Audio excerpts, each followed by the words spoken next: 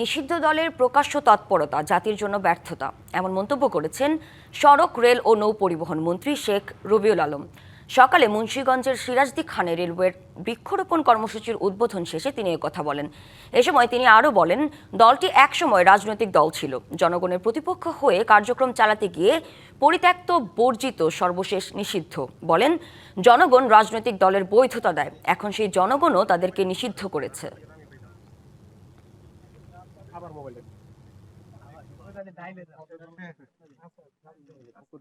জনগণ রাজনৈতিক দলের বৈধতা দেয়, আইন এবং জনগণ একত্রিত হয়ে সমন্বিতভাবে।